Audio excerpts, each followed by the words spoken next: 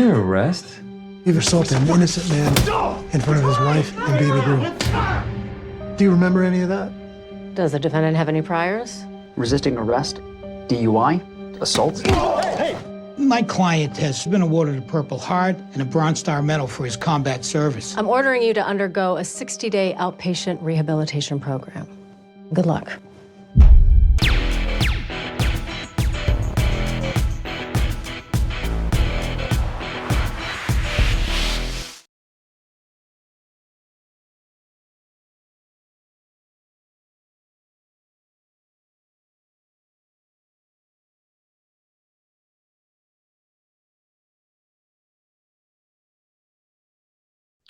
Yeah, sure. So yeah, my grandfather was a Polish farmer who was imprisoned on his own land initially when the Nazis occupied Poland, and he was held prisoner with my grandmother at one point for nearly 5 years before they immigrated to North America. So I grew up at a pretty young age hearing his stories late at night of survival and so that was in my DNA, my dog in the fight, if you will, and I had this chance experience with a tow truck driver that had picked me up when my car broke down north of Los Angeles that changed my life, and then that was in 2011, and that was the seminal moment of trying to figure out if there were more men and women like him that were suffering from post-traumatic stress from multiple deployments overseas, and if so, if there were more men and women like him, what do we do about that? And so I felt a civic duty, a sense of responsibility to find that out, and then that led to that nationwide road trip with Matt in 2011, where indeed we discovered um, that there were in fact more men and women suffering in silence.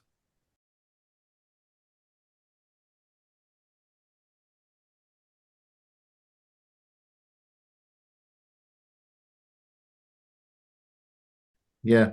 So my impression of the script was I thought it was great. I thought it was a journey that I'd really like to take, and I thought it would be a great homage to the people that I grew up with, who served the country, who came home wounded, physically, mentally, some with addiction, some with you know with with with serious trauma.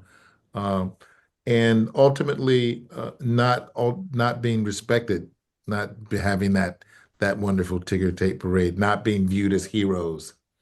Uh, and so that was the the foundation that I worked from. Well, actually, the foundation was actually the script, which I thought was terrific. But then drawing on the experience of people my age who I knew personally, who died, some who died in different manners. It's, some walked living dead, as it were. Um, so that was the work I did on the film and the research.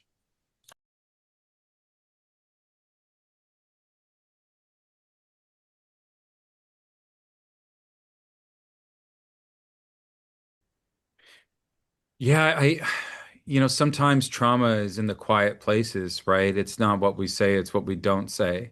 Mhm. And I thought it was really important, not just in the storytelling of how I'm weaving in through some of the past, but interweaving multiple characters, storylines, but also, even when we were looking at the sound design, Mhm. going from score to an ambient shift of silence. And and I wanted to be careful in the storytelling to not play tricks on the audience, right? I don't do camera angles or do things that are that depict any mental health issues. Like I wanted the audience to trust the world, to go on the journey. And Mhm. so much of what the actors, especially in their performances, as they're portraying real people, grounded performances, was it to be in the eyes, and to be in their humanity. And so I think that like yes, being immersed in the veteran community, in the mental health community over the last, decade and a half, you pick up on these subtleties of what it looks like. And that was also why it was really important in the casting to cast folks that um, could understand the nuance and the subtlety of what was on the page, that they didn't have to force it, they didn't have to push hard, that they could trust the words on the page because they were so, carefully researched. And as you've seen in the film, that's why you get those beautiful, nuanced performances from the cast.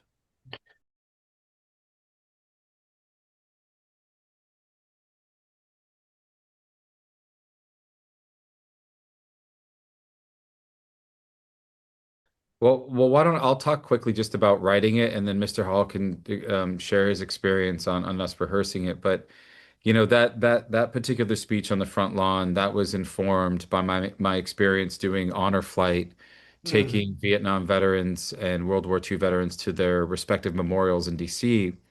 And so, you have a very emotional day going to the wall, the Vietnam Wall in DC, and then that night, if you're so lucky to be invited down to the hotel lobby bar for a whiskey, a lot of those stories, come out. And so that really informed the dialogue that Mr. Hall's character, as Whitney St. Germain said. But as Mr. Hall will share with you, there's so much that, there was still so much work we had to do to really refine the people we were portraying. Yeah. Right. Yeah, it was a great scene. I did not know how it was going to manifest uh, on the day. It was the first day of my shooting, and Stephen and I rehearsed the night before. And initially, Stephen was going to grab me and slam me against the wall. But during the rehearsal, he said, I think it'll be better if you do it. Really feel this is going to be stronger if coming from where you are emotionally coming from, if you grab me, slam me against the wall. And so that was the journey of that, just trusting Stephen's instincts and and diving into it. I was very nervous about that first day. It was my first scene. And I'm really happy it came out. It was great that Stephen was just there for me to just he I- he created a space where I could play.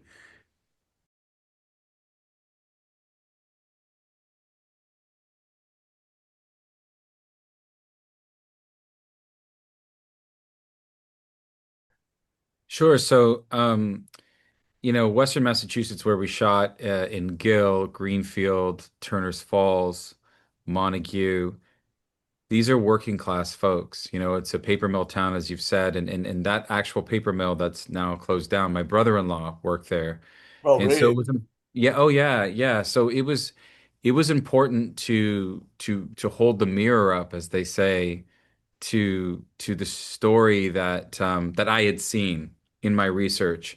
We would drive into small towns across the country, and more commonly than not, we would find that it was mostly working class folks um, that were serving our country. And so I wanted it to be exemplary of that experience, and also representative of so much of the country, of some of the economic hardship that folks are feeling. When a paper mill like that closes down, it impacts everybody in the community, Mm. um, and the economics of the community. And I wanted to show that, and then how these folks ultimately band together and come together. And I wanted that experience to be authentic to the audience, because I feel like there are millions of people that can relate um, to that in Mm. that journey.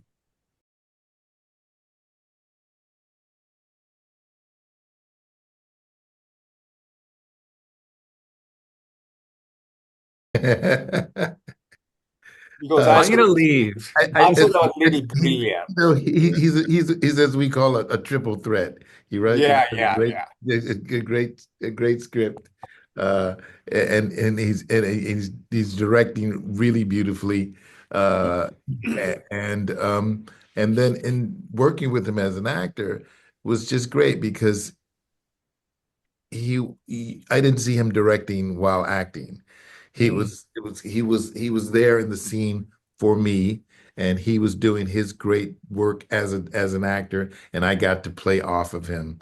I got to be present. I didn't want to let him down. He was very specific about what he wanted, and then he just got out of the way. You know, he trusted the script, and it was just great to play off of him. Okay. Well, they told me to wrap it up. I had a good time talking to you, Steven, Vondie. This is such a great film. I appreciate you guys get lots of award accolades later on. So thank you so much for your time. Thank you. Thank you. Appreciate you.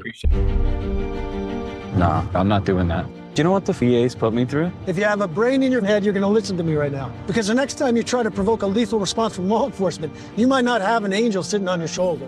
The courts think that you're gonna fix me. I hate to disappoint you, but I can't fix you. That's your job, not mine. Did you know that your father got out? He's a dangerous man, Calvin. Be careful. We came back and they spat on us at the airport.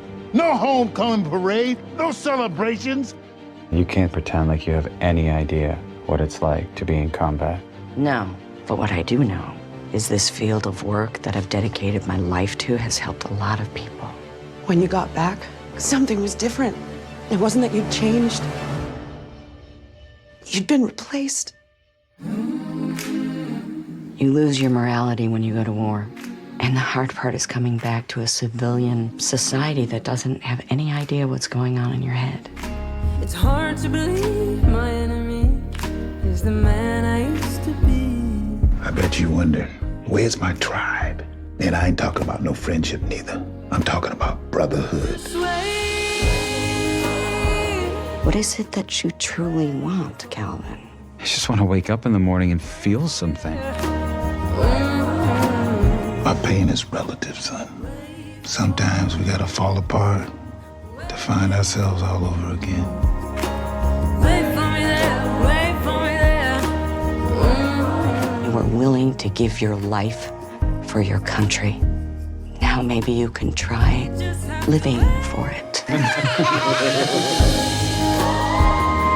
What are you feeding this guy? Look at this. What do you want? I did 4 tours. Of the Cheesecake Factory. Oh! Okay. Little spicy, little spicy.